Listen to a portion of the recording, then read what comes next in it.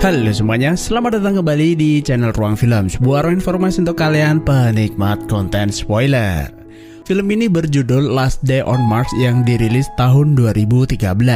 Sesuai dengan judulnya, film ini tuh berkisah hari terakhir sebuah misi di planet Mars.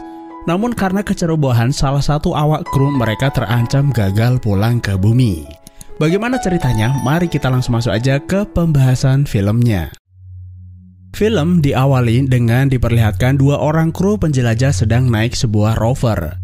Mereka saat ini berada di planet Mars dan sedang dalam perjalanan menjemput rekannya Kim yang berada di sektor 9. Tempat tersebut adalah lokasi penggalian di mana mereka tuh melakukan penelitian. Dua orang ini bernama Vincent dan Rebecca.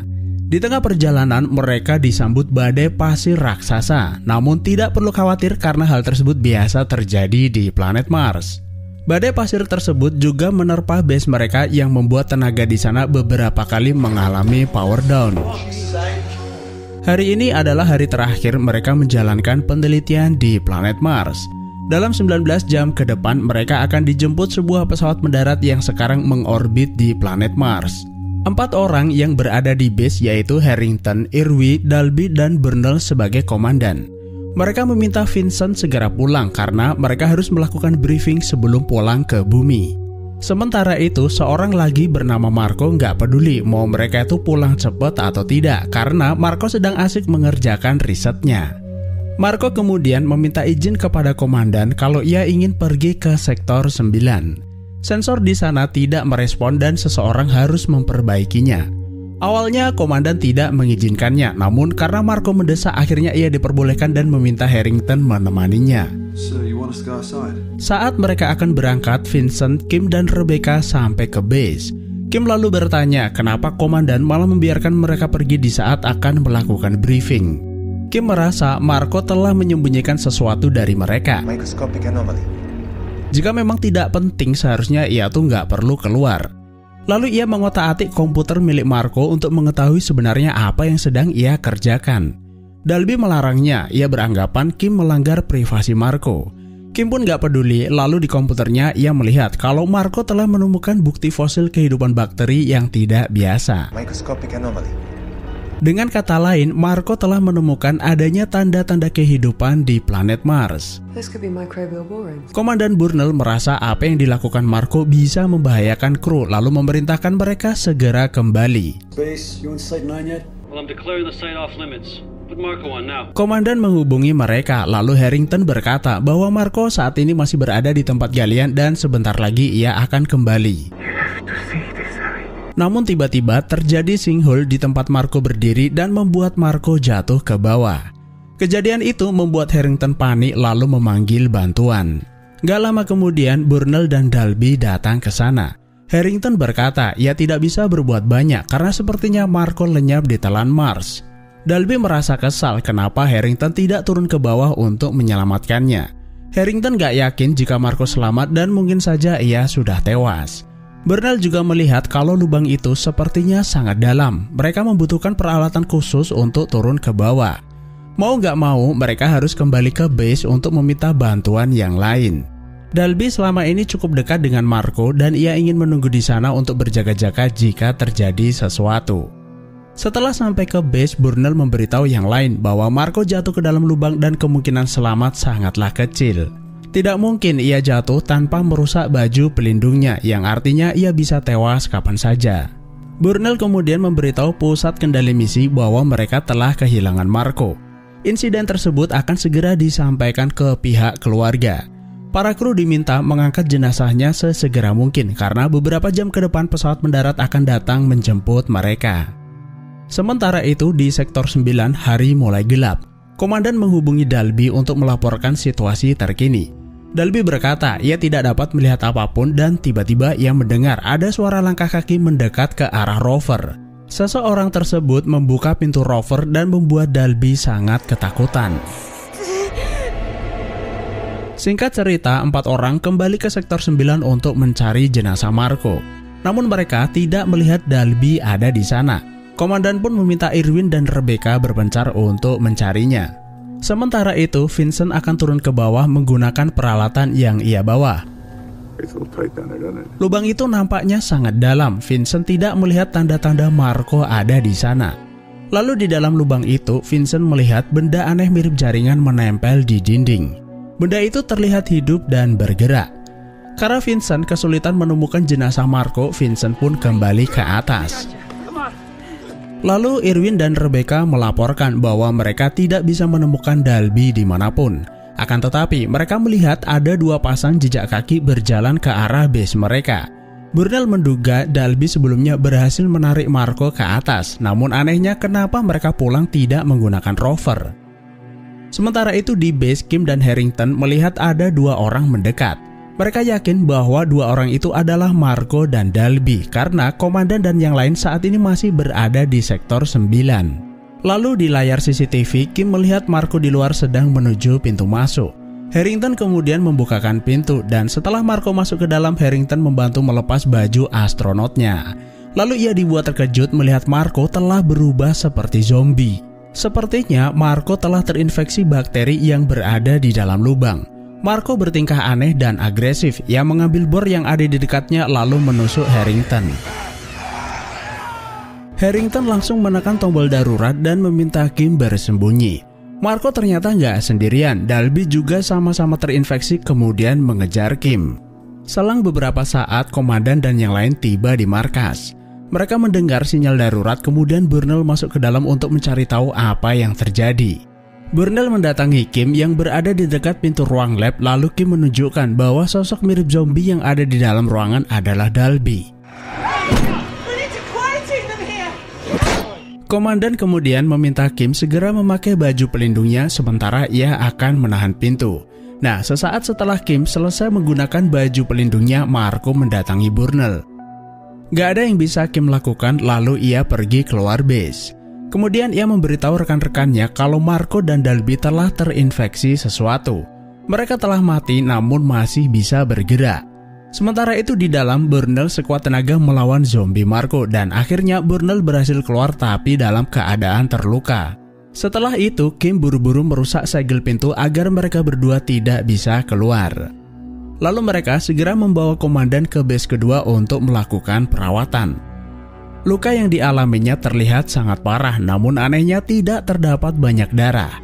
Mereka mulai berpikir jika komandan telah terinfeksi bakteri yang sama. Dan benar saja, saat Irwin mendekat, Burnell kehilangan kendali lalu mencekiknya. Sebagai langkah antisipasi, mereka mengikat komandan, khawatir jika sewaktu-waktu ia berubah menjadi zombie. Lalu mereka mendengar alarm berbunyi bahwa kabin udara telah hancur dan Marco berhasil keluar dari base utama. Kini yang harus mereka lakukan adalah menghubungi Aurora yang berada di orbit Mars untuk segera datang menjemput. Vincent berkata kalau ia yang akan pergi ke base utama melalui saluran penghubung yang ada di bawah. Dengan begitu, ia bisa menyusup tanpa ketahuan. Mereka harus bergegas karena si Marco mulai menggedor-gedor pintu base kedua. Selain itu, Burnell mulai menunjukkan gejala infeksi. Setelah Vincent masuk ke saluran penghubung, Rebecca meneliti sampel darah Burnell. Ia melihat terdapat banyak sekali mikroorganisme aktif di dalamnya. Agar bakteri itu tidak menyebar, Rebecca akan menyuntikkan antibiotik ke dalam tubuhnya. Sementara itu, Vincent saat ini udah sampai ke ruang komunikasi. Ia langsung menghubungi Aurora untuk meminta bantuan darurat, namun tiba-tiba terjadi power down. Kedua zombie tersebut menyadari kalau Vincent ada di base utama, lalu Kim mencoba menarik perhatiannya agar mendatangi base kedua. Kim sengaja membiarkan zombie itu masuk lalu menguncinya di kabin udara. Ternyata yang masuk ke dalam hanya Dalby, sedangkan mereka tidak melihat Marco ada di luar. Vincent berencana kembali ke saluran bawah tanah, tapi malah berpapasan dengan Harrington yang juga telah terinfeksi.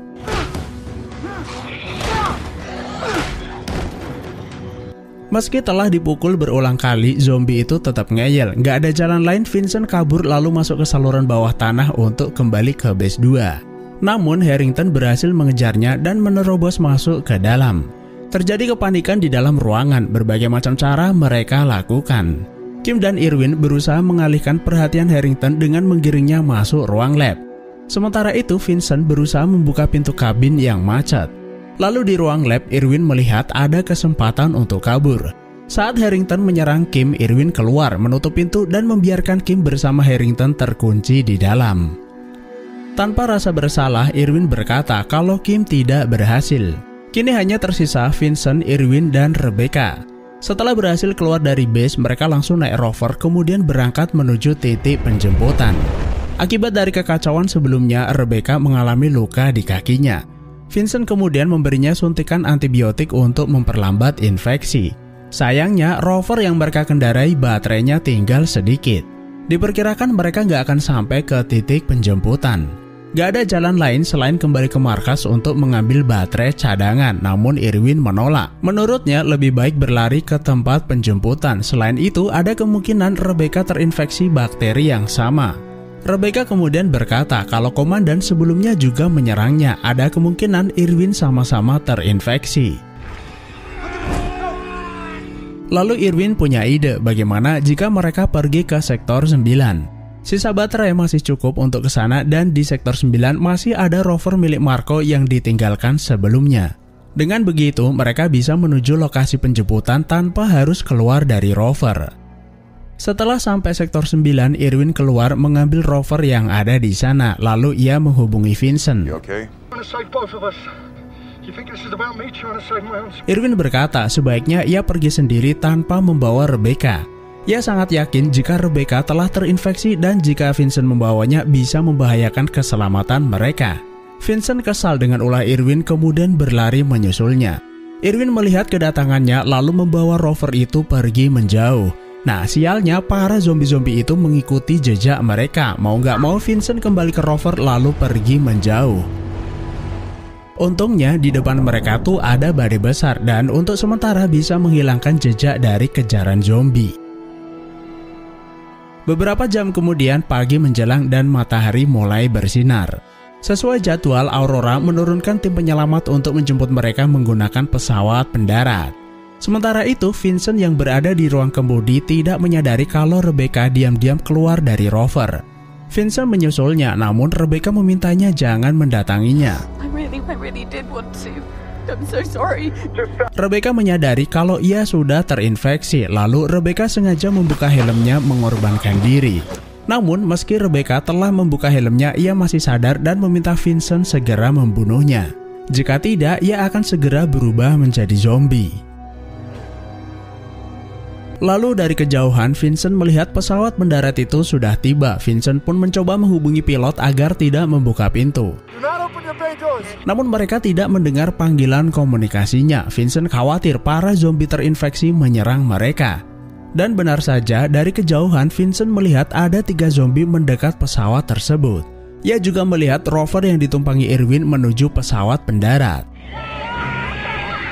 Setelah tim penjemput itu keluar, mereka langsung diserang zombie-zombie tersebut. Namun sepertinya Irwin berhasil menabrak mereka semua. Tidak ada yang bisa Vincent lakukan, semua tim penyelamat sudah tewas. Ia juga melihat jasad para zombie itu mulai melepuh. Kemudian Vincent segera masuk ke dalam pesawat. Lalu di dalam ia melihat Irwin yang mulai berubah menjadi zombie berusaha menerbangkan pesawat. Irwin masih belum berubah sepenuhnya karena ia masih memiliki kesadaran lalu berkata kalau ia hanya ingin pulang. Vincent berusaha mencegahnya tapi Irwin malah menyerangnya. Setelah memukul jatuh Vincent, Irwin nekat menerbangkan pesawat ke angkasa. Vincent bangun kemudian berusaha menghentikannya. Terjadi duel sengit di antara mereka berdua. Lalu Vincent membuka pintu palka agar Irwin tersedot keluar. Setelah situasi terkendali, Vincent menyuntikkan antibiotik ke dalam tubuhnya untuk berjaga-jaga jika ia terinfeksi akibat serangan Irwin. Vincent kemudian memberi laporan kepada pusat kendali misi bahwa saat ini ia berada di orbit Mars, namun bahan bakar pesawat mendarat itu tidak cukup untuk terbang ke kapal angkasa Aurora. Semua kru tidak ada yang selamat setelah terinfeksi bakteri misterius. Selain itu, tim penyelamat juga tewas diserang mereka. Hanya ia satu-satunya kru yang tersisa, namun ada kemungkinan ia juga terinfeksi akibat serangan Irwin. Vincent berkata bahwa ia punya pilihan untuk menjatuhkan diri ke orbit agar tidak ada yang tertular bakteri yang menginfeksinya. Setidaknya kematiannya akan berlangsung singkat. Namun ia masih akan menunggu pusat kendali menjawab laporannya apakah mereka akan menyelamatkannya atau tidak. Dan akhirnya film pun selesai. Kesimpulan dari film ini, awalnya misi itu berjalan lancar gara-gara Marco yang begitu terobsesi menemukan bentuk kehidupan di Mars semua berubah menjadi malapetaka. Menemukan bentuk kehidupan di Mars memang salah satu tujuan mereka. Seandainya Marco tuh nggak berambisi menjadi yang pertama dan memilih mendiskusikannya dengan tim, maka mereka masih hidup dan bisa pulang ke bumi.